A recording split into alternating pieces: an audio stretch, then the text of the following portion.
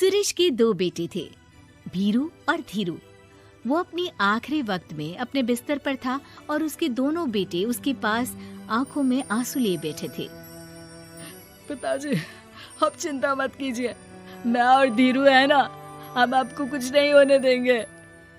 हाँ पिताजी, आप बस आराम कीजिए, डॉक्टर अभी आता ही होगा। मेरे बच्चों, मेरा अंतिम समय आ गया है। तुम दोनों मेरी बात ध्यान से सुनो। मैंने वकील से कहकर अपनी जायदाद तुम दोनों में आधी आधी बांट दी है। मेरे जाने के बाद तुम दोनों मिलकर रहना, एक दूसरे के सुख दुख में साथ देना।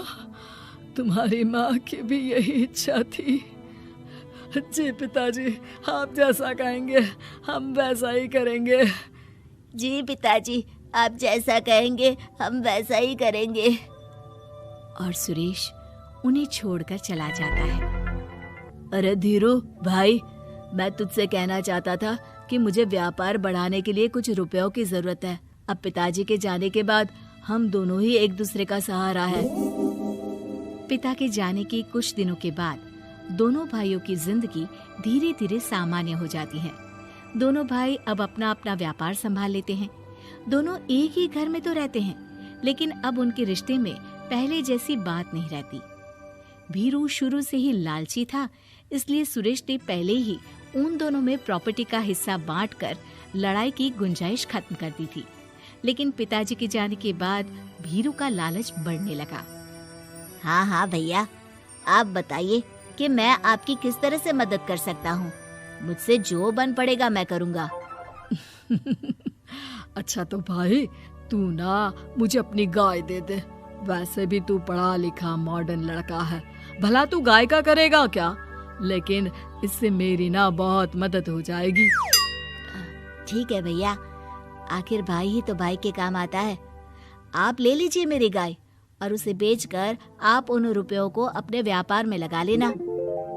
बस फिर क्या था, भीरू अपने लालच की वजह से आए दिन धीरू से किसी न किसी बहाने पैसे या कीमती सामान ऐंठता रहता और बेचारा सीधा सादा धीरू उसकी मदद कर दिया करता। इसी तरह 2 साल बीत जाते हैं और दोनों भाई शादी कर लेते हैं। शादी होने के साथ ही अपनी बीवी के कहने पर भीरू अपना हिस्सा अलग कर लेता है। अब दोनों भाई अलग अलग रहने लगते हैं। अरे साधना, ये देखो, मैंने आज ही एक बड़ी डील साइन की है। ये शहर का सबसे बड़ी फैक्ट्री का मालिक है।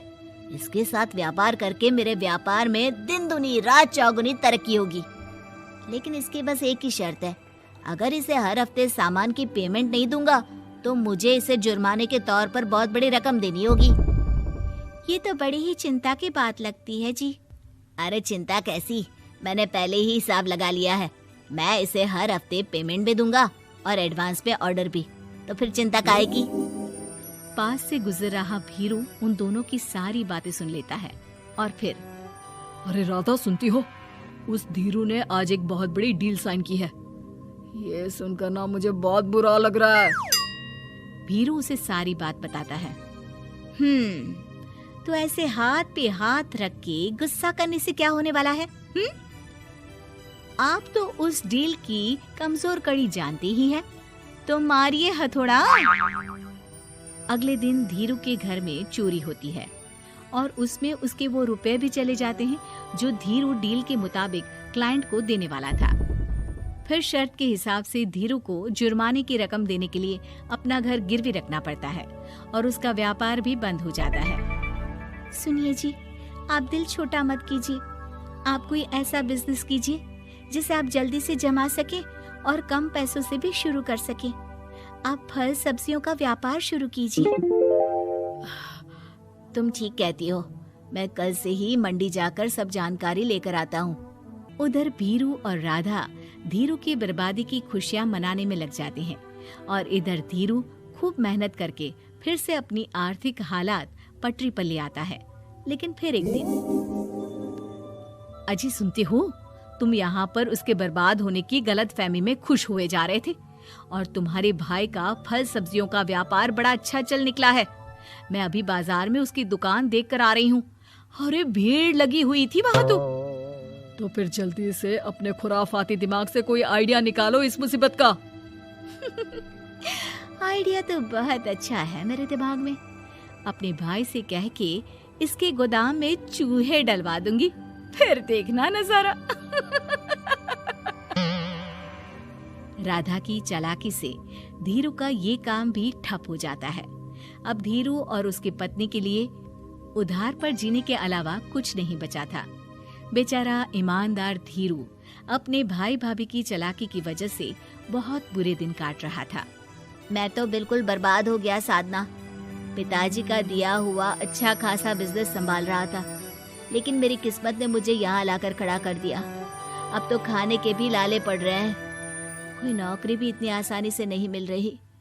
मुझे माफ कर दो, मेरे साथ रहकर तुम्हें भी ये दिन देखने पड़ रहे हैं। देखिए जी, आप दिल छोटा मत कीजिए, भगवान कोई ना कोई रास्ता जरूर खोल देगा हमारे लिए। और मेरे दिमाग में तो एक अच्छा आइडिया आ भी गया। मैं बचपन से ही अपनी दादी, नानी और माँ को एक खास तरह का अचार बनाती देखती आई हूँ। वो अचार जितना टेस्टी होता है उतना ही उसे बनाना मुश्किल भी, लेकिन एक बार बन जाने पर वो जल्दी खराब भी नहीं होता जी। वो अचार सिर्फ हमारे ही गांव में बनता था, जिसे खरीदने के लिए दूर दूर से लोग आते थे। मैं सोचती हूँ वही अचार बनाने का काम हम शुरू करें तो। मैं बनाया करूँगी और आप उसे मार्केट में बेच आया करना। साधना, तुम्हारी बातों से मेरे मन में उम्मीद जाग उठी है, लेकिन ये सब काम शुरू करने के लिए रुपए कहाँ से आएंगे?